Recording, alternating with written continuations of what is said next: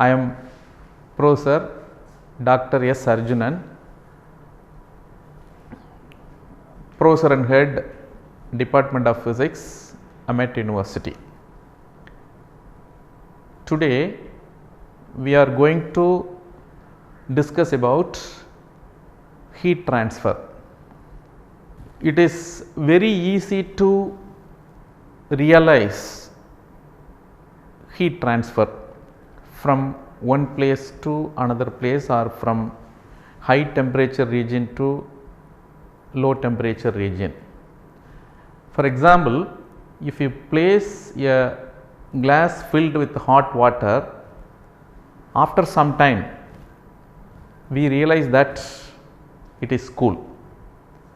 From this example, which we face in our day to day activities, it is very clear that heat is transferred from high temperature region to the low temperature region.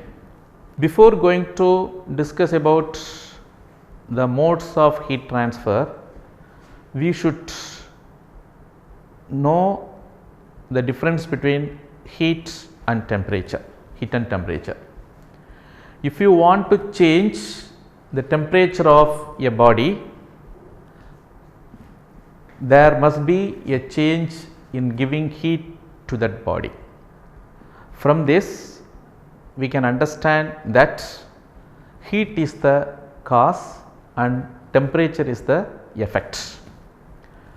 And even though there are many differences, the main difference is heat is a form of energy, it is measured in joule, whereas the temperature is measured in Kelvin, in SI units.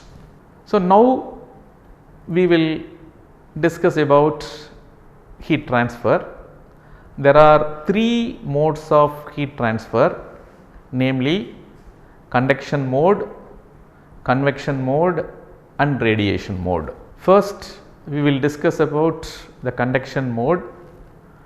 So from this picture, we can understand how the conduction takes place. For example, in this first picture here, heat from hot coffee makes this cup itself very hot. Similarly, here we have placed a spoon, metal spoon, inside a hot water. So now after some time, if you just touch the spoon, we feel the heat. So from these two pictures, it is very clear that heat is conducted from hot region or hot substance to high temperature substance to low temperature material. So conduction process takes place through molecular collision of the materials.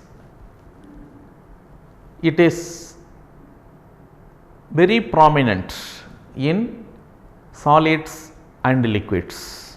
Why is conduction process easier in solids and liquids? Because in solids and liquids, atoms are closely arranged. Atoms are very closely arranged. Therefore, heat can be easily transferred through vibrations from one molecule or one atom to another atom through vibrations. So, from this picture you can see here this, and here we are supplying heat. Therefore, the atoms which are closer to the heat, the point where we are supplying heat, are heated up and they are vibrating with larger amplitude from its mean position. Therefore, those atoms collide with its neighboring atoms. Now, the neighboring atoms are energized, therefore, they are vibrating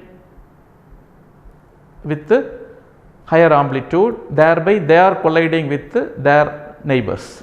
By that way, heat is transferred or heat is conducted from hot point, higher temperature point to the low temperature point through the material without the actual movement of the heated particles or atoms. We can define the conduction process as it is a process in which heat is transferred from high temperature region to a low temperature region of that body without the actual movement of the heated particles or atoms. Now, we are going to discuss about the second mode of heat transfer. It is convection mode. We can understand convection mode from this diagram. In this diagram, one beaker is there. That beaker is filled with water to its 3/4 of the volume. The heat is supplied at the bottom of the beaker, right. Now, the water at the bottom of the beaker is heated up, therefore, they will become less dense, but the water molecules above that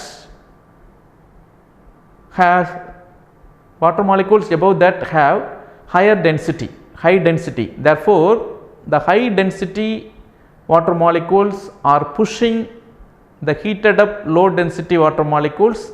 Therefore, the heated water molecules are moving up. By this way, the molecules are the high dense, low temperature, high dense water molecules are coming to the bottom and heated up becomes less dense, then it is moving up. If you put few grains of some coloring material, we can see the movement of the molecules, water molecules from bottom to top. So, from this we can understand how convection process is taking place. So, convection process can be defined as it is a process in which heat is transferred from high temperature region to the low temperature region through the medium without the actual movement of the heated particles. The difference between conduction process and convection process is that in the case of conduction process, the heat was transferred without the movement of the heated particles, whereas in the case of convection process, heat is taken away by the molecules from the high temperature region to the low temperature region through the medium. Now, I would like to give one or two practical examples in order to understand convection current. Normally, the exhaust fans in rooms are fixed nearer to the ceiling. What is the reason for this? Because the warm air inside the room is always present near the ceiling, because density of warm air molecules are less, therefore they are always present near the ceiling. So if you fix the exhaust fan near the ceiling, it will be easy for us to exhaust out the warm air from the room to the outside. By that way, we are creating a vacuum inside the room. That vacuum is filled by high dense fresh air molecules which are entering through the windows of the room. So by this way, convection current is set up inside the room when the exhaust fan is working. One more example I want to give for this convection process. It is land and sea breezes. I hope all of you would have studied this in your school level. In this picture, in the first picture, sun is shown here. So this is for day, and in the second picture moon is shown, therefore this is meant for night. During the daytime, the air in the land is warmer, therefore the low density air molecules from the sea moves from sea to the land during daytime. During night time, the sea water is warm, therefore air from the land flows or moves from land to the sea, right. So this is sea breeze, here land breeze, okay. By this way, the convection current is set up because of natural variation in density of the molecules. Yes. Now we are moving to the third mode of heat transfer, it is radiation. So now you see this picture, here sun is there, this is earth surface. How do we receive heat from the sun? By radiation only. The main difference between convection and radiation is, convection and radiation process is, in the case of radiation process, we do not require any material medium. Even in vacuum, the radiation can travel through. Now we are going to see some of the very important points about this radiation process. Radiation is heat transfer through space by electromagnetic waves. Unlike conduction and convection, radiation can occur in empty space as well as in solids and liquids. Waves such as visible light, infrared and ultraviolet light are examples of radiation. As I already pointed out, it does not require any medium and can travel through vacuum also. This method uses electromagnetic waves which transfer heat from one place to the other. The heat and light from the sun in our solar system reach our planet using radiation only. In winters, when we sit near a fire, we feel warm without actually touching the burning wood. This is possible by radiation only. I hope that you would have understood these three modes of heat transfers: conduction, convection and radiation. And you must be able to differentiate these three processes.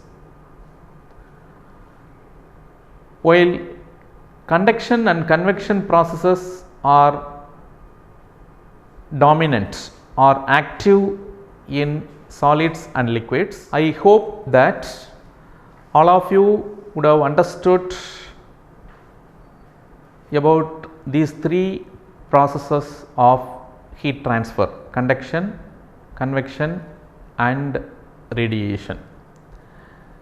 And during this discussion, I have given you day-to-day examples also, and some experiments are also demonstrated to understand this process. In application point of view, I have given you the exhaust fan. This is one of the best example to understand the convection process. In the similar way, we can show refrigerator also.